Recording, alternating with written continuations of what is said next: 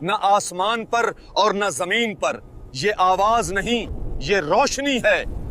آخرکار وہ لمحہ آیا جب قرآن کی تلاوت ختم ہوئی اور خاموشی نے پوری وادی کو ڈھانپ لیا. خاموشی لیکن ایسی جس میں سکون تھا اور ہلچل بھی، نور تھا اور لرزش بھی. جنات اب سمجھ چکے تھے کہ ان کے سوال کا جواب مل چکا ہے. آسمان اس لیے بند تھا کیونکہ محمد صلی اللہ علیہ وآلہ وسلم زمین پر آ چکے تھے. چلو جلدی لوٹ چلو، ہمیں اپنی قوم کو بتانا ہے کہ زمین پر کیا اتر چکا ہے. وہ فوراً اپنی پوری قوم کی طرف روانہ ہوئے. ریت پر تیز رفتار دوڑ، ہواؤں کی سرسراہٹ اور قدموں کے گرد کے بگولے، ان کے دلوں میں وہی جملہ دھڑک رہا تھا: ہم نے ایک عجیب قرآن سنا ہے. تم لوگ آسمان کے دروازے بند ہونے کا سبب جاننا چاہتے تھے، ہم کو پتہ چل گیا. عرب کے قریش قبیلے میں رسول آ چکے ہیں. ان کا نام محمد ہے. وہ سچے رسول ہیں. وہ جن جو کبھی تکبر کی پہاڑیوں پر کھڑے تھے آج قرآن کے سامنے جھک چکے تھے. جن کی زندگی کا مرکز صرف طاقت تھی آج ان کے وجود کی بنیاد بدل چکی تھی. یہ قرآن صرف انسانوں کے لیے نہیں جنات کے لیے بھی اترا تھا. جب نبی کریم صلی اللہ علیہ وآلہ وسلم نے تلاوت مکمل فرمائی تو جنات ایک دوسرے سے کہنے لگے: خاموش رہو، غور سے سنو، یہ وہ کلام ہے جو ہم نے کبھی سنا نہ تھا. آپ صلی اللہ علیہ وآلہ وسلم کی تلاوت ختم ہو چکی تھی. جنات آپ کے قریب آ کر عرض گزار ہوئے: اے محمد، ہم نے عجیب قرآن سنا ہے جو دل میں اترتا ہے. ہم اس پر ایمان لاتے ہیں. ہم گواہی دیتے ہیں کہ آپ اللہ کے سچے رسول ہیں. نبی کریم صلی اللہ علیہ وآلہ وسلم نے ارشاد فرمایا: تم اپنے قوم کے پاس واپس جاؤ اور ان کو خبردار کرو، انہیں دعوت دو کہ وہ بھی اسی اللہ پر ایمان لائیں جو تمہارے اور میرے رب ہیں. پھر وہ جنات وادی نخلا سے رخصت ہو گئے اور اپنی قوم میں جا کر قرآن کی دعوت دینے لگے. محترم ناظرین، آج دنیا میں جتنے بھی مسلمان جنات ہیں وہ اسی واقعے کی بدولت مسلمان ہوئے تھے. یہ بھائی صاحب نے کتنا اچھا اسٹوری بیان کیا. جن کس طریقے سے ایمان لائے، کیسے نہیں دو جنوں کی جماعتوں کو دعوت دی قرآن کی. بہت اچھا انہوں نے بیان کیا.